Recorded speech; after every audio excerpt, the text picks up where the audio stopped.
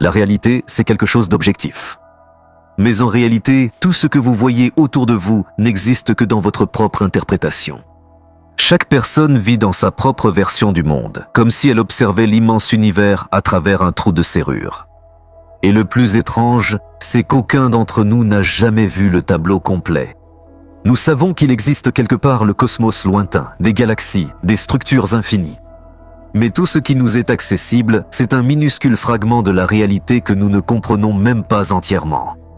Et alors une question surgit qui met mal à l'aise. Et si notre univers n'était pas le seul ? La réalité que nous observons chaque jour est assez subjective. En effet, chaque personne interprète ce qu'elle voit à sa manière. Malheureusement, seule une infime partie de l'univers nous est accessible à l'observation. Les Homo sapiens ressemblent à des lapins dans un labyrinthe.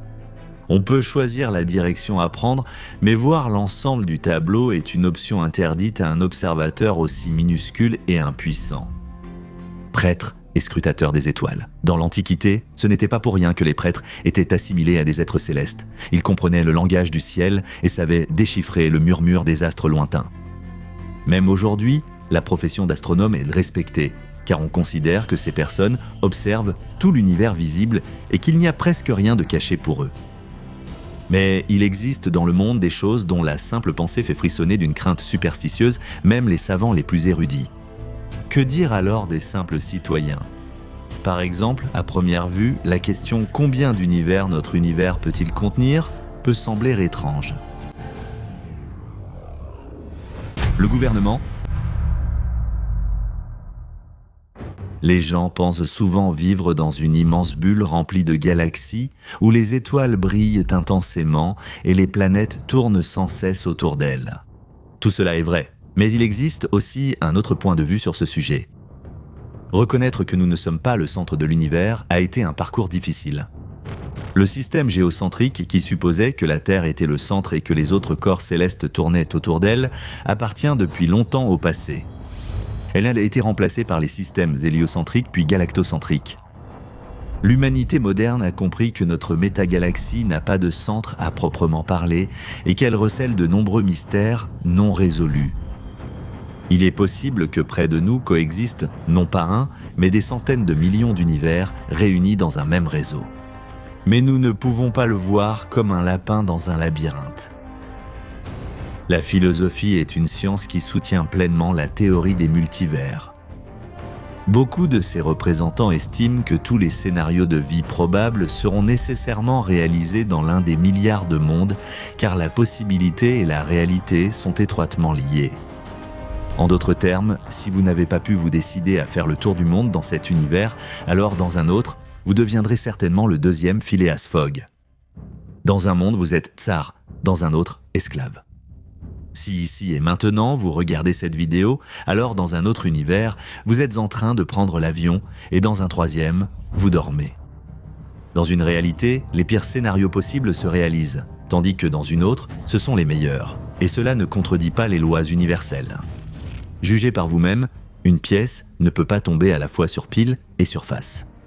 Le thème de la réalité alternative a souvent été réinterprété de façon créative dans de nombreux contes et films de science-fiction. Le magicien d'Oz de Baum. Дверь в стене Уэллса или экстравагантной ленте «Беги, Лола, беги».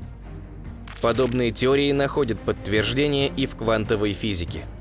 Хью Эверетт, знаменитый американский, Le magicien du pays. еще в 1950 году сформировал многомировую интерпретацию, согласно которой привычный нам мир на самом деле малая часть безграничного количества вселенных. Как возникли эти странные реальности? Общеизвестно. Начальной точкой зарождения нашей Вселенной стал момент Большого Взрыва. Что было после этого, наверняка неизвестно. Теории разнятся. В частности, одна из гипотез гласит, что вследствие молниеносной Le magicien du pays. первые секунды после взрыва Вселенная в буквальном смысле раздувалась, увеличиваясь в 10 в миллионной степени раз. Появившееся пространство, наполненное ложным вакуумом, порождало массу миров, включая наш, обладающих различными свойствами, физическими константами. Si nous pouvions jeter un œil dans l'un de ces univers, ce monde semblerait probablement très étrange aux gens. Mais, compte tenu de l'immense taille de la bulle titanesque du multivers, les frontières des domaines voisins dans les sphères sont incroyablement éloignées de nous. Peut-être que la réponse à la question de savoir où se cachent les soi-disant Bran, les murs des univers voisins, réside dans l'énigme de la matière noire, 95,5% respectivement. Selon de nombreux scientifiques, ce sont précisément ces mondes non découverts qui remplissent cette masse cachée. La question la plus intéressante est de savoir à quoi ressemblent ces univers voisins et ce qui pourrait s'y trouver. Il est naturel pour l'homme d'évaluer le monde selon ses propres critères. C'est pourquoi les théories sur les univers voisins sont toujours en partie anthropomorphes. Mais, très probablement, dans ces multiples réalités, les lois et les conditions sont totalement étrangères. Cette idée stimule l'imagination de façon insupportable, non ? Nous venons d'apprendre l'existence des mondes d'Everett. Ils représentent des univers de nos clones avec différentes lignes de destin. Mais ce sujet n'a pas été traité seulement par l'astrophysicien américain. André Hillind, un autre adepte de cette théorie, pensait que les univers sont fractales, c'est-à-dire qu'on peut même y voyager, mais il est vrai que les voyages touristiques s'étendraient inévitablement sur des dizaines de millions d'années. Le scientifique compare ces mondes mystérieux à un immense bocal dans lequel l'eau se trouve dans différents états d'agrégation. Une partie est de la glace, un autre fragment est du gaz, dans une troisième zone c'est de l'eau ordinaire, H2O ou de la neige, et ainsi de suite à l'infini. Mais en même temps, tous ces mondes font partie d'un univers unique dont ils se sont séparés. Ce ne sont pas les seules variantes sur ce thème. Certaines versions sont encore plus inhabituelles. Martin Rees, professeur de cosmologie et d'astrophysique à l'université de Cambridge, a exprimé dans les années 90 du siècle dernier l'idée que la nature crée des multivers à des fins expérimentales comme un champ d'exploration. En général, Rees pensait que les multiples univers sont absolument déserts, car l'apparition de la vie nécessite un ensemble de conditions très strictes, une amplitude de température étroite, la présence d'eau, une localisation dans la zone dite de boucle d'or, un âge avancé de l'étoile, et d'autres critères nécessaires. Les conditions physiques de notre univers les favorisent, mais il est peu probable qu'elles se retrouvent dans les univers voisins. D'ailleurs, l'Inde pense aussi que beaucoup d'univers naissent morts, sans aucune chance de développement, et que certains s'effondrent immédiatement après leur apparition. Il est possible que dans d'autres mondes, les cartes aient aussi été distribuées favorablement, rendant les conditions similaires aux nôtres. Les univers les plus controversés mais originaux de Max Tegmark, professeur à l'université de Pennsylvanie. Le physicien pense que les mondes voisins sont un ensemble strict de formules mathématiques et de lois situées en dehors du temps et de l'espace. C'est la version la plus terrible et inévitable car les lois algébriques rendent les mondes obligatoires et immuables. Si l'on suppose que les univers numériques sont remplis de souffrance et de mal, cela durera presque éternellement. N'est-ce pas une description de l'enfer ?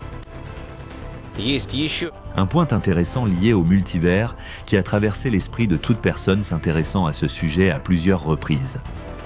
Comment accéder à un univers parallèle ?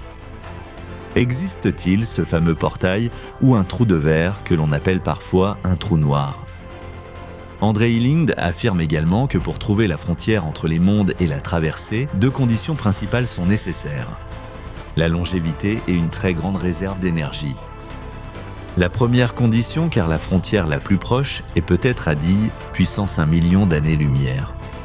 La deuxième condition est indispensable à cause du potentiel énergétique très élevé de cette membrane. Mais si une personne parvient tout de même à franchir ce mur infranchissable, il est fort probable qu'elle connaîtra une mort instantanée. Le corps se désintégrera tout simplement en particules ou changera radicalement de propriété, ce qui sera également incompatible avec la vie. La lumière nous entoure depuis les temps anciens. La nuit, les gens des siècles passés allumaient des bougies de suif et de cire à l'intérieur, tandis que dans les rues, des feux de joie brûlaient et la lune brillait. Après l'apparition des lampes à incandescence, les villes et villages nocturnes se sont illuminés comme des sapins de Noël. Vous avez probablement remarqué qu'aujourd'hui, dans de nombreuses mégapoles, il fait aussi clair la nuit que le jour. Mais l'évolution des dispositifs qui apportent de la lumière à l'humanité n'a en rien modifié ses propriétés physiques.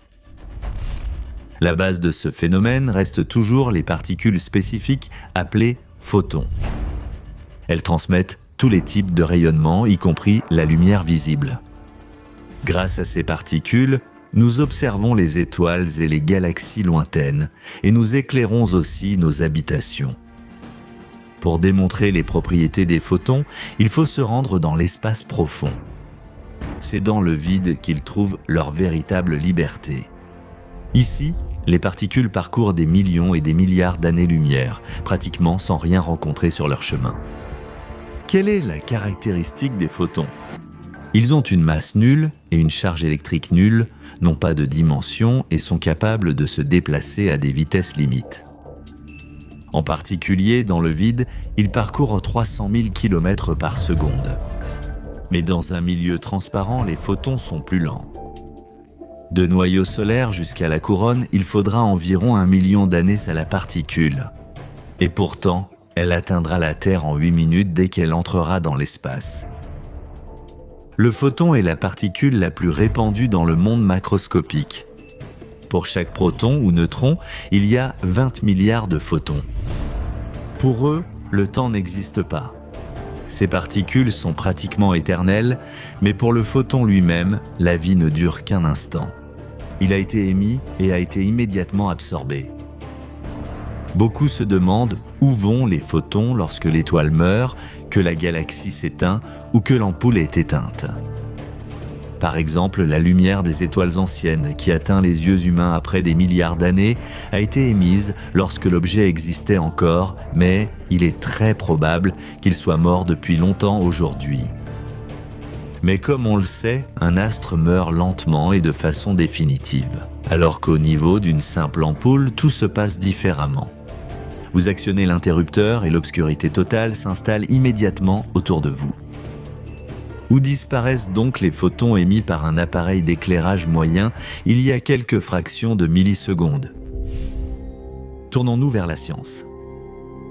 Au moment où l'on allume une ampoule à incandescence ou n'importe quel autre type de lampe, elle commence à émettre des millions de photons tout autour. Ceux-ci se déplacent de manière chaotique. Selon les lois de la physique, les particules ont deux options. Soit elles sont réfléchies, soit elles sont absorbées par les objets. Grâce à ce premier phénomène, nous sommes capables de voir les objets autour de nous et de nous observer dans un miroir. Il est important de comprendre qu'en cas de réflexion, c'est-à-dire lors d'une collision avec un objet, les photons perdent une partie de leur potentiel énergétique. L'absorption provoque généralement un réchauffement de la surface du champ. Энное количество частиц.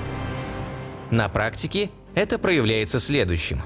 Теплыми лавочками в летнем парке, горячей галькой на пляже, раскаленными камнями. Du désert. Le processus qui se produit après l'allumage de la lampe repose sur les phénomènes énumérés. Les flux de photons sont réfléchis par les objets ou sont absorbés avec le temps. Когда мы выключаем лампочку, новые фотоны прекращают Et pénètrent dans la pièce.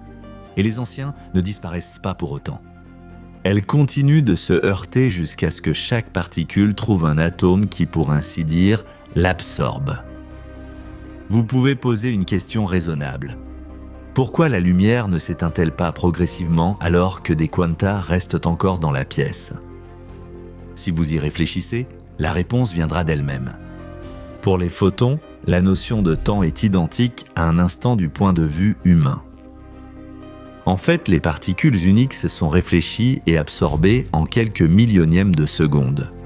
C'est pourquoi nous ne pouvons saisir l'instant de vérité.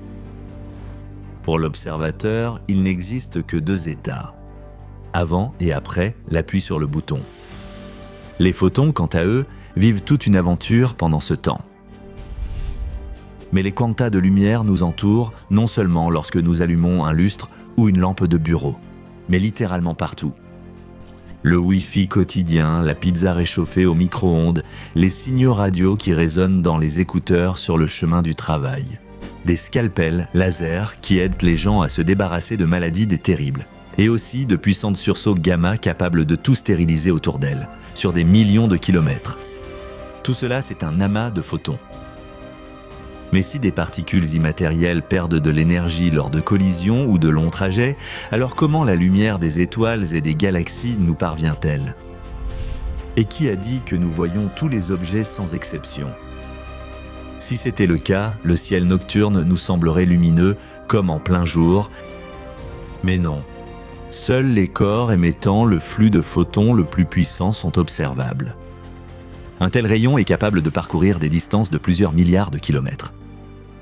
À mesure que la puissance diminue, la distance à laquelle le faisceau lumineux perd complètement son énergie diminue également, et il cesse d'être observable. Nous ne pouvons pas non plus voir les structures cosmiques trop éloignées, car la lumière se disperse et les photons se perdent sur d'immenses distances en entrant en collision avec des planètes et d'autres corps, en étant absorbés par eux ou en perdant de l'énergie. Certains scientifiques ont élaboré toute une théorie à partir de cette affirmation selon laquelle l'univers serait en réalité stationnaire et qu'elle n'est pas sujette à l'expansion. Et le décalage vers le rouge de Doppler s'explique par la perte d'énergie des photons et non par leur vitesse d'éloignement. Tout cela, bien sûr, est discutable et pratiquement sans preuve, mais a le droit d'exister. Ainsi, la particule qui relie la grisaille du quotidien au cosmos a été découverte. Et maintenant, en allumant une ampoule, certains d'entre vous essaieront peut-être d'attraper les photons littéralement sur le fait. Mais il ne faut pas, c'est franchement peine perdue. Sérieusement, le fait de l'existence de particules fondamentales de la famille des bosons est l'une des meilleures nouvelles pour toute l'humanité et l'univers en général. Sinon, les ténèbres absolues seraient devenues les maîtresses à part entière là où les étoiles s'allument aujourd'hui. Il y a à peine un demi-siècle, nous ne savions pratiquement rien à son sujet. Quelque part dans les recoins de notre système solaire, un géant de glace s'est glissé, avec une masse 17 fois supérieure à celle de notre planète. Sa Majesté Neptune. L'une des planètes les plus éloignées du système solaire, qui a été étudiée par une seule sonde Voyager 2. Ce géant de glace gazeux, encore peu étudié, possède une température extrêmement basse à sa surface, atteignant jusqu'à moins 220 degrés Celsius. Neptune, tout comme Uranus, est classé par les spécialistes dans un groupe distinct d'objets intermédiaires situés entre les planètes telluriques et les géantes gazeuses. Il est entouré d'une atmosphère composée d'hydrogène et d'hélium, ce qui le rend similaire à Jupiter et Saturne. Mais en plus des éléments mentionnés, elle contient également des glaces de méthane, d'ammoniac et d'eau. Comme mentionné, Neptune a une masse 17 fois supérieure à celle de la Terre. Mais en même temps, cela ne représente que 10% de la masse de Jupiter. Le rayon à l'équateur est de 24 764 km, ce qui est 4 fois supérieur à celui de notre planète. Si un homme s'y trouvait, il s'y ennuierait sûrement. En effet, une année sur Neptune équivaut à 165 années terrestres. Le 12 juillet 2011, cela faisait exactement une année neptunienne depuis la découverte de la planète en septembre 1846. Vous êtes surpris? Mais ce n'est pas tout. Les saisons sur Neptune durent chacune 40 ans et une journée ne fait qu'environ 16 heures. Quant à la structure du géant, elle est similaire à celle d'Uranus. Mais il existe une différence déterminante. Un océan de diamants supposé se trouver à une profondeur d'environ 7000 km dans le manteau de Neptune. Les conditions à cet endroit sont telles que le méthane se décompose en cristaux de diamants qui tombent directement sur le noyau planétaire. Il existe de nombreux corps célestes comme Neptune dans l'univers. C'est pourquoi ce nom est souvent utilisé comme terme générique. La 8e planète, nommée d'après le dieu de l'océan, se trouve à 4,55 milliards de kilomètres du Soleil. C'est environ 30 fois la distance moyenne entre la Terre et le Soleil. Comment savons-nous tout cela? Les informations ne proviennent pas seulement de la sonde qui a brièvement visité Neptune à la fin du XXe siècle. Les données scientifiques viennent aussi des puissants équipements des observatoires terrestres. Mais tout de même, Voyager 2 a pleinement confirmé le proverbe selon lequel il vaut mieux voir une fois qu'entendre 100 fois. La sonde est passée à seulement 3000 km au-dessus du pôle du géant. La sonde a enregistré ce qu'il est impossible de remarquer à l'immense distance qui sépare Neptune de la Terre. Le 24 août 1989, Voyager 2 a entamé son transit près de la sphère glacée et a envoyé sur Terre des images d'une valeur inestimable. En particulier, la sonde a enregistré une grande tache sombre, un anticyclone titanesque semblable à celui de Jupiter. Il a observé des nuages cirrus sur Neptune et des aurores polaires épiques. Il a survolé son satellite Triton, précisé les données concernant la magnétosphère, la structure des anneaux et examiné en détail 6 autres satellites. Malheureusement, la colonisation d'une géante gazeuse est théoriquement impossible. Quant à Neptune lui-même, en raison de l'absence de surface solide, il sera difficilement possible de l'habiter. Ces satellites offrent en revanche un terrain tout à fait réaliste pour la colonisation. En particulier Triton. C'est d'ailleurs celui que nous connaissons le mieux grâce à Voyager 2. Ce n'est pas encore assez pour prendre des décisions majeures. Pour commencer, un voyage de Neptune à Triton pourrait être comparé à une excursion dans l'Égypte brûlante, car sur ce satellite, il ne fait que moins 23 degrés Celsius. De plus, sur Triton, on a observé un phénomène naturel unique, le cryovolcanisme. Mais abordons tout dans l'ordre. Quelles curiosités inhabituelles attendent l'homme sur Triton ? Sur le satellite, le touriste cesse de dériver parmi les glaces et marche enfin à la surface. Mais il faut le faire prudemment, car la couche de glace d'azote de 200 km est entièrement couverte de fissures ressemblant à la peau d'un melon. Sous l'immense calotte glacée se cache un océan de 150 km de profondeur composé d'ammoniac, de méthane et de sel. Donc, il ne faut pas compter sur la pêche. Il est improbable que la vie existe dans ce mélange infernal. C'est pourquoi les plongeurs seront également déçus sur Triton. Un spectacle de plus grande envergure. Ce sont des geysers. Dans l'imaginaire d'un habitant de la Terre, ils ressemblent à de petites fontaines bouillonnantes jaillissant des profondeurs. Ici, le touriste découvre un spectacle envoûtant.